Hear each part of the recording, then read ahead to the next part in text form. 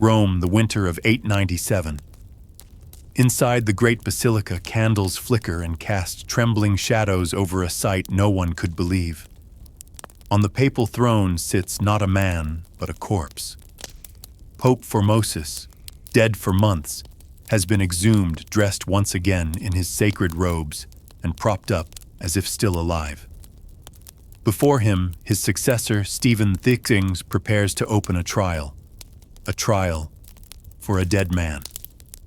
What you are about to hear is not just some bizarre anecdote. It is living proof of a darker truth, even in death. No one escapes the grip of power. Before we descend into these forgotten chapters of pain, survival, and obsession, if you enjoy uncovering the hidden terrors of history, consider hitting that like button and subscribing for more. And please comment below to let me know where you're watching from. I find it hauntingly beautiful that across thousands of miles we are gathering here together to witness a corpse being put on trial more than 1,000 years ago. Because this is not only a story about religion. It is the tragedy of politics, twisting the church into a courtroom and turning a body into a weapon of revenge. In the night of Rome in the year 897, cold fog covered the cobblestone streets. Torches flickered their smoke, mixing with the stench of garbage and the dried blood from the nearby slaughterhouse. Church bells echoed through the mist, not like a call to prayer, but like a summons. A group of men in black cloaks moved silently through the cemetery gates. They carried shovels, sticks, and a silence as heavy as stone. They stopped before a grave. Carved into the slab was the name Formosus Pope, father of the church, once revered as one chosen by God. But now he was only a corpse. Rough hands dug into the cold earth, each strike of the shovel sounding like a blow to memory. The scent of soil mixed with the sickly sweetness of decay. One man covered his nose, another muttered a prayer, but none stopped. Tonight their task was to drag a body out of its rest and bring it to the light, not to bury it again, but to put it on trial. They pulled the corpse up. The body was stiff, its garments rotted, its flesh torn apart. Yet the true horror was not there. Deep within the papal dungeon, attendants began to prepare the corpse. They dressed it in dazzling vestments, placed a crown heavy with gold and silver upon its skull, and set the shepherd's staff in its broken hand. The body now resembled a grotesque statue, neither man nor saint. A mask of power placed upon a face that death had already devoured. Inside the Lateran palace, thousands of candles burned, their flames trembling. The hall was crowded with monks, nobles, and officials. They whispered among themselves, their eyes avoiding the throne. Upon it sat Formosus, or rather his corpse, swaying gently each time someone brushed against it. The scene resembled a dark comedy born from a nightmare, a trial where the accused had no life left to argue, yet was still forced to answer. At the far end, Pope Stephen the Sixth entered. He did not look at the audience nor at the cardinals, his eyes locked on the corpse. There was hatred, but also fear, as though he were staring at his greatest enemy, yet also at a mirror reflecting his own future. He ordered that Formosus be placed before him to hear the charges. A deacon was assigned to act as the corpse's defense. But everyone understood there would be no justice here, no prayer. Only a twisted ritual, a living man proving his authority by humiliating the dead. The charges were read aloud: usurpation, betrayal, perjury. Each accusation echoed through the chamber, striking the silent body like hammer blows. No one moved. They sat there, forced spectators to a play they had never wished to see. What they witnessed was no longer religion nor justice.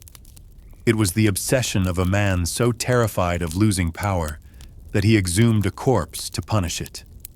A soldier near the throne later claimed that at the moment Stephen the Sixth shouted into the corpse's face, he saw Formosus's lips twitch as though about to reply. Perhaps it was only candlelight, or a trick of the eye. But for a heartbeat, the hall sank into a chill beyond explanation.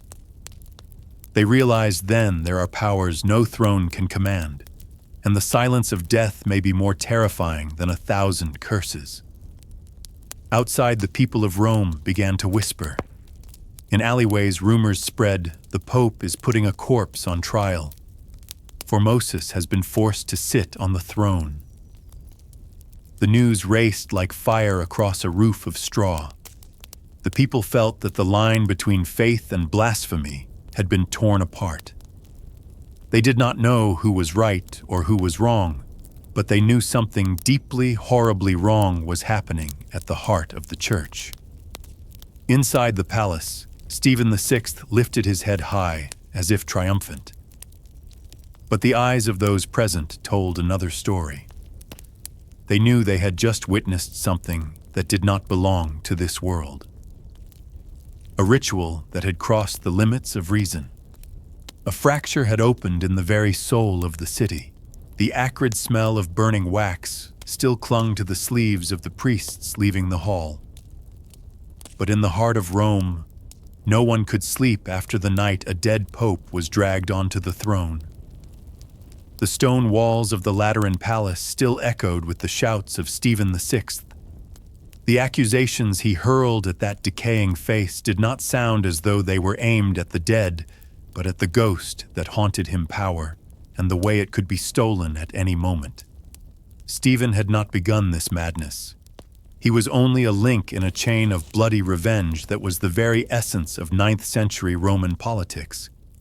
In this city, the throne of St. Peter was like a double-edged blade. Whoever seized it sat higher than an emperor, but also carried a death sentence hanging above his head. Formosus, the man condemned after death, was the proof of that tragedy. He had once been accused by rivals, once been exiled, then returned, wore the papal crown, and died appearing to be a victor. But that victory turned into a challenge, forcing his successor Stephen to dig up his grave and kill him a second time. Inside Stephen's mind, there was no clear line between personal hatred and political fear. He believed that Formosus had stained the Holy Throne, that every decision and every consecration given by that dead man was illegitimate, which meant that even the throne on which he sat, even the power in his hands, rested on crumbling sand. If he did not destroy the legacy of Formosus, he himself would be devoured. Thus, the trial was never about judging a corpse. It was about Stephen proving to the world and to himself that he had the power to force even the dead to kneel. In the chamber, the cardinals remained silent. Some lowered their heads, lips moving in prayer. Others fixed their gaze upon Formosus, afraid that if they looked away, the corpse would suddenly turn its head back at them. But they all understood their silence was complicity. They were witnessing not just the humiliation of a man, but the humiliation of the very throne they revered. Something in their faith was beginning to fracture. Out on the streets, the people of Rome whispered fragments of the tale. Some said that when Stephen shouted at Formosus, a raven flew over the dome and cried 3 times an omen of doom. Others swore they had seen the dead pope's finger twitch, struggling to make the sign of the cross one last time. No one knew what was real and what was illusion. But these stories spread like sparks over a dry field, planting unease in the hearts of the people. The sense that God had been insulted, that faith had been turned into a filthy theater of power. Stephen thought otherwise. He believed he had triumphed. When the blessing fingers of Formosus were cut away and flung upon the stone floor, Stephen felt relief. He had turned a pope into a mockery, stripped the sacred aura from a corpse, to prove that the throne belonged to him alone. But in that very moment, Stephen planted the seed of his own destruction. For false justice can exist only within a chamber. Beyond its walls, the people's hearts were in turmoil. The Romans would not forgive the man who dared turn God's altar into a courtroom. And they began to ask themselves if today a corpse could be put on trial, then tomorrow could it be one of them dragged from the grave, for the same humiliation history would remember. The Cadaver Synod as a collective madness, but at that moment, it was simply the ruthless logic of power carried to its extreme. Men like Stephen did not see the human being in Formosus. They saw only a shadow pressing down upon the throne, a phantom they thought could be destroyed only by tearing it apart limb from limb. Yet the truth was the opposite. The more they tried to destroy it, the larger and more haunting the shadow became. In the dim candlelight as the hall emptied, one young priest lingered. He looked at the body of Formosus, stripped now of vestments, his fingers severed, left naked on the floor. And he whispered, "You died twice, but never for your own sins." That night, Rome slept within a nightmare. But the true nightmare had only just begun. Inside the shadowed chambers of the Lateran, as morning fog still clung to the domes, a group of men bent over a decayed body. It was no longer merely a corpse. From this moment forward, it would be a prop in the most dreadful play the church had ever staged. Servants were ordered to dress Formosus in the sacred vestments he had once worn in life. Heavy layers of silk threads of gold, once woven to honor holiness, were now draped over gray skin, peeling away in strips. They pinned the torn fabric onto the stiffened flesh, pulled the collar high to hide the rot, and tied cords to keep the head from falling. It was as if they were repairing a broken doll, not tending to what had once been a man. The stench rose so thick that attendants pressed scented cloths to their noses. Yet the work continued. They placed the weighty crown upon the skull, forced the shepherd's staff into the hand that had already lost its fingers. The hand that had once blessed thousands was now nothing but a rotting bone fastened to a staff in cruel mockery. Some shuddered at the sight, but they knew any sign of refusal could turn them into the next victim. When the work was finished, the attendants stepped back. Before them upon the throne sat a figure both familiar and foreign. It was Formosus, and yet no longer Formosus. It looked like a wooden effigy dressed in vestments, a puppet crafted to recall the past while erasing the man beneath. In that frozen moment, the room seemed to stop breathing. They realized a horrifying truth in Roman politics: even the dead could not rest. The throne was so powerful, it could drag a corpse back, forcing it to perform even when the soul was long gone. As the priests adjusted the garments, the rustle of fabric filled the silence. A sound, once sacred in holy rituals, now echoed in the darkness like laughter. And in that instant, a chilling motif emerged the empty throne. It became clear power did not lie in the person seated upon it, but in the chair itself. Whoever was placed there, whether living or dead, was cloaked in its weight.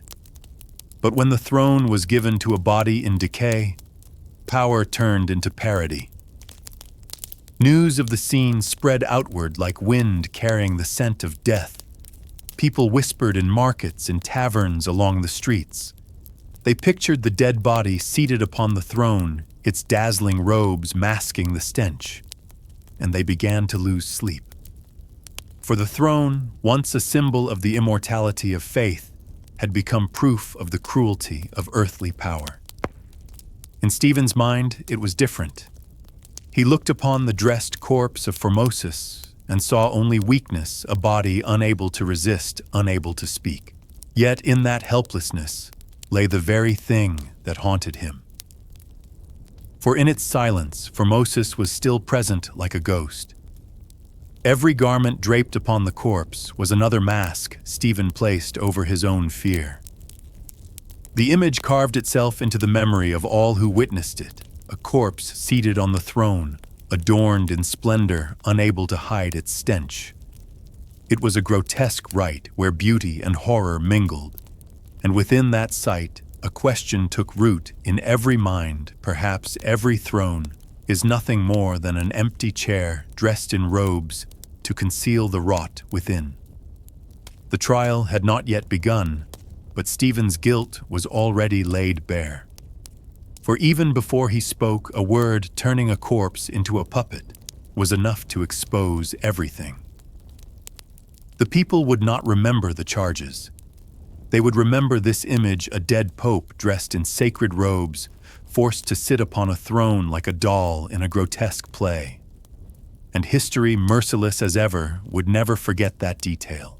The Lateran hall blazed with the light of 1,000 candles, yet their glow could not drive away the cold that seemed to seep upward from the ground. People crowded the wooden benches, the shuffle of fabric, the murmur of whispers, all falling silent when the great doors opened. Before them upon the high throne appeared Formosus, not the Formosus of baptisms, not the pope who had once raised his hand to bless a congregation. Before them sat a corpse dressed in sacred robes, its head tilted, its body sagging as if about to collapse. Though dead for a year, he was made to return, dragged back into the world to endure a trial. At the other end of the chamber, Stephen VI advanced. Each step of his shoes struck the floor like the beat of a sacrifice ritual. He stopped, eyes locked upon the decayed face.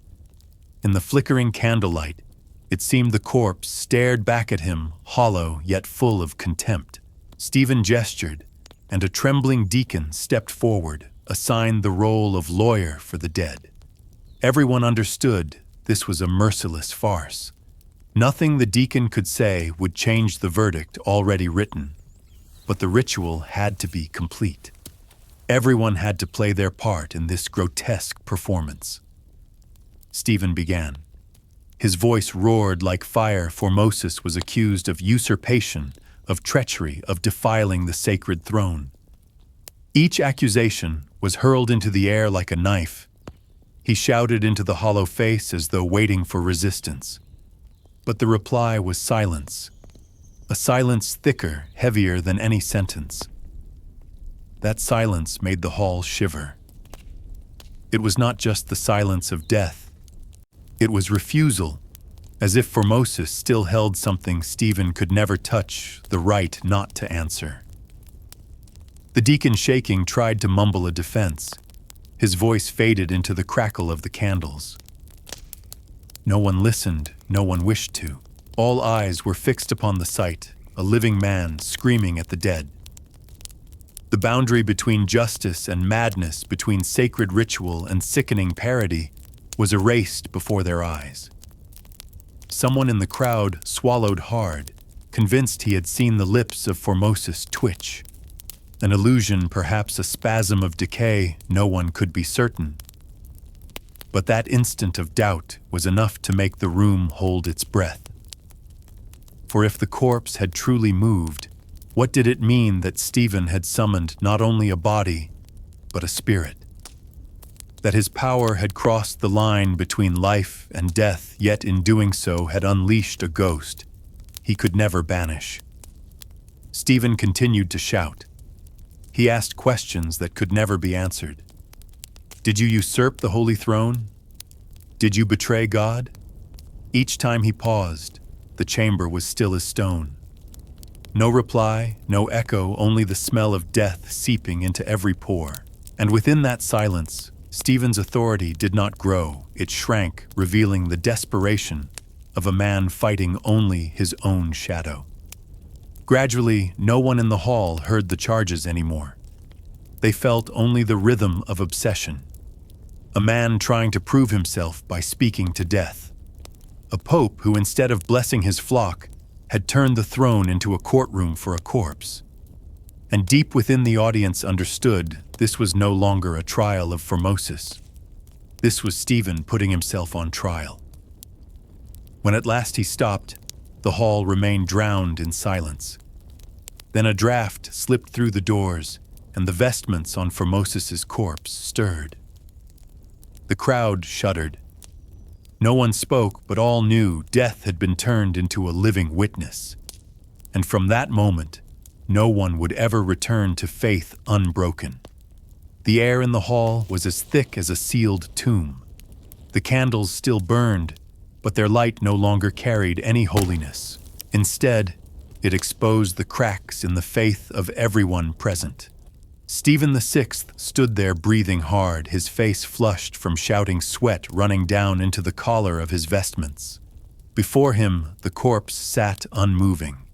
Its silence humiliated him more than 1,000 curses ever could. And within that void, the truth became clear: this was no longer a trial for Formosus. It was a spectacle of torment where the living pope was being crushed beneath the ghost of the past. Each accusation Stephen hurled was no longer aimed at Formosus, but at the fear gnawing inside him. He feared the throne beneath his feet did not truly belong to him, that his every decree would be seen as void if Formosus was not destroyed once more. In Stephen's eyes, the corpse was not a corpse. It was living proof of a threat. And to fight that threat, he was willing to turn religion itself into a weapon of psychological violence. They said that during the trial, Stephen bent so close to the body that his breath brushed against the rotting face. He shouted, demanded, and then paused as though waiting for an answer. And in that moment, all understood the madness. He did not only want to condemn, he wanted the corpse to confess. A living pope demanding that a dead pope admit guilt. Faith meant to be a source of comfort had become a grotesque shackle, a ritual so cruel that even the grave offered no peace. Among the crowd, young priests trembled, clutching their crosses to their chests. Once they had believed the cross was the sign of salvation, but now it felt like a frail charm against a nightmare. An old bishop closed his eyes, unable to look, for every glance at Formosus's body was like a knife slicing into his faith. How could this place be called a church when the altar had become an execution ground? And then, to complete the act of spiritual torture, Stephen ordered the blessing fingers of Formosus to be cut off. A soldier stepped forward, his blade flashing in the candlelight. One stroke, the bone snapped, and the finger fell to the cold stone floor. A shiver rippled through the hall. It was not only the mutilation of flesh, it was the severing of the sacred. Those fingers had once been the link between God and the faithful, and now they lay discarded like useless bones. Stephen bent down, gazing at the fragment on the floor, and in his eyes there flickered something close to pleasure. For him, this was proof of triumph. He had turned the sacred into the profane, shattered a symbol to prove that power rested in his hands. But for the others, it was the point of no return. They no longer saw a pope ruling in the name of God. They saw only a frightened man trembling before a ghost, desperate to prove himself by desecrating a corpse. Within that oppressive silence, another feeling spread through the crowd: fear. Not fear of Formosus, but fear of Stephen. If he could do this to a dead pope, who among them was safe? If even death brought no peace, what protection was left? Faith, once their refuge, had become a prison. That night, when the trial ended, those who had witnessed it left in stunned silence. No words were spoken, yet their eyes all told the same truth: they had seen a turning point. A church that was no longer sacred, but a stage for spiritual torture. A place where violence no longer required swords or blood, only humiliation, silence, and hollow ritual. And when the last candle burned out, a question began to echo in their minds, a question that would soon spread through Rome. If a pope could twist faith into a weapon to torment a corpse, then what might he do to the living? That morning in Rome was strangely dark. The sky hung heavy with leaden clouds, as if the whole city were holding its breath, waiting for the verdict on a man who no longer lived. Inside the Lateran Hall, the candles had burned out, leaving black stains on the ceiling. The stench of death, mixed with the sweetness of resin, made the air almost unbearable. Upon the throne, the body of Formosus still sat, its vestments disheveled, its blessing fingers severed, its head bowed like a condemned man awaiting judgment. Stephen VI rose to his feet. His voice was hoarse but sharp, tearing through the silence. Formosus was guilty. Every decree, every consecration, every decision of his papacy was null and void. With a sweep of his hand, he commanded, "Strip away every trace of the sacred." Soldiers stepped forward, yanking the vestments from the corpse so violently the head nearly tore from the neck. The crown clattered to the stone floor with a dry crack.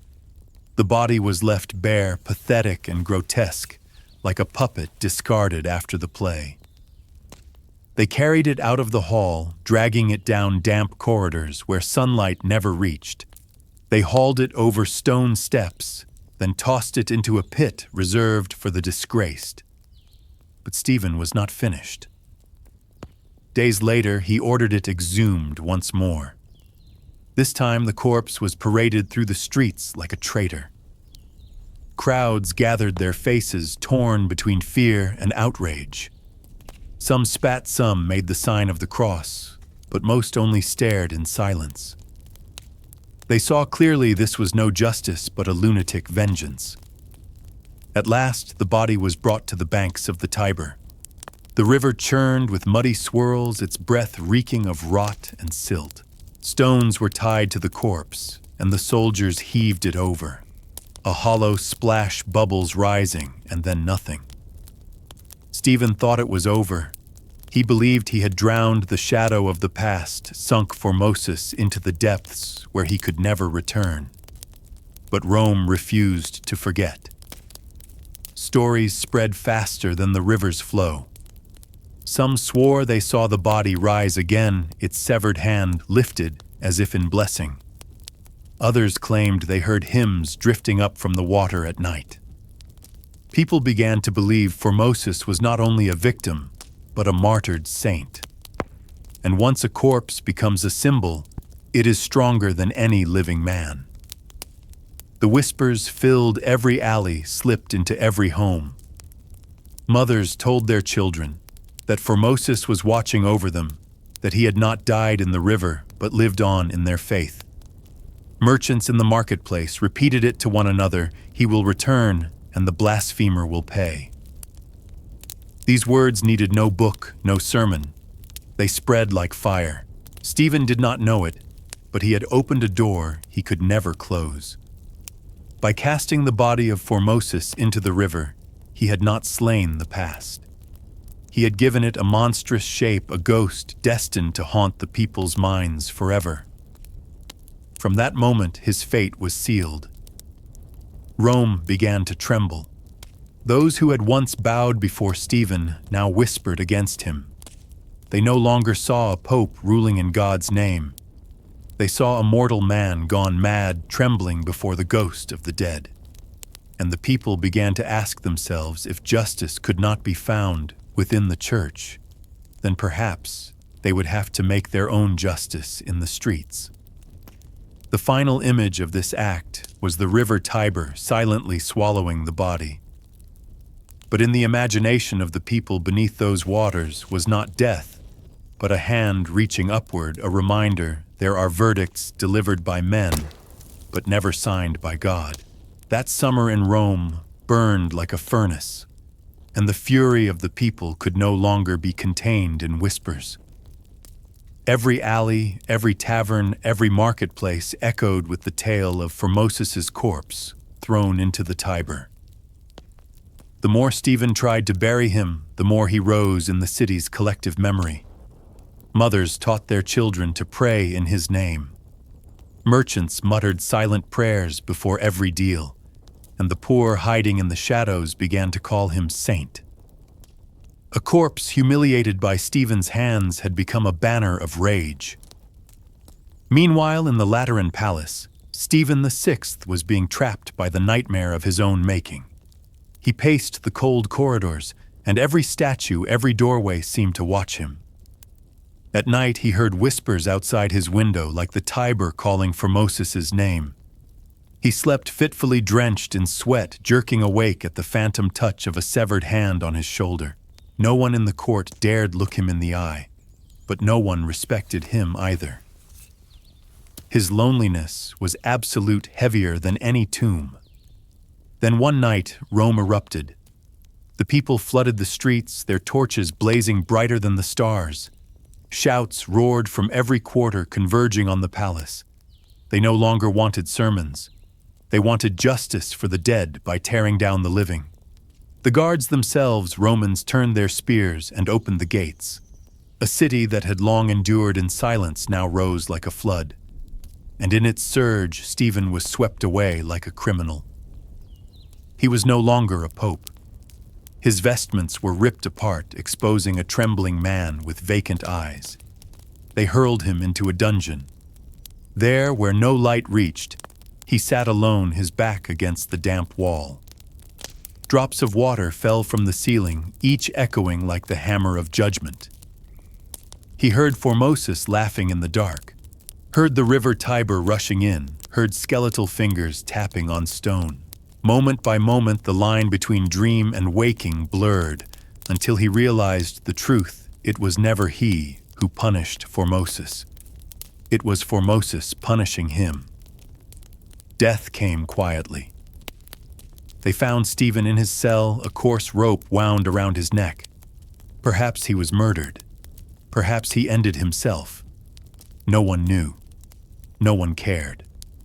For in the memory of the people, he was no longer a pope. He was a madman, a blasphemer, who had turned the throne into a farce. And in a cruel irony, he died a death silent and forgotten, the opposite of the spectacle he had forced upon Formosus. Rome breathed again, but it was never the same. The people raised altars to Formosus, honoring him as a tortured saint. Stephen's name, meanwhile, became a curse, a warning. They told each other, never dig up the past, for the past may dig you up in return. The final question lingered, echoing through the centuries. If power could drive a man to drag a corpse from the grave and put it on trial, what might it drive any of us to do? And if death itself is no longer release, then where can we ever find refuge in the darkness of history? The Cadaver Synod lives on not because of the corpse upon the throne, but because it reveals the truth. Power can kill a man twice, but it can never kill memory.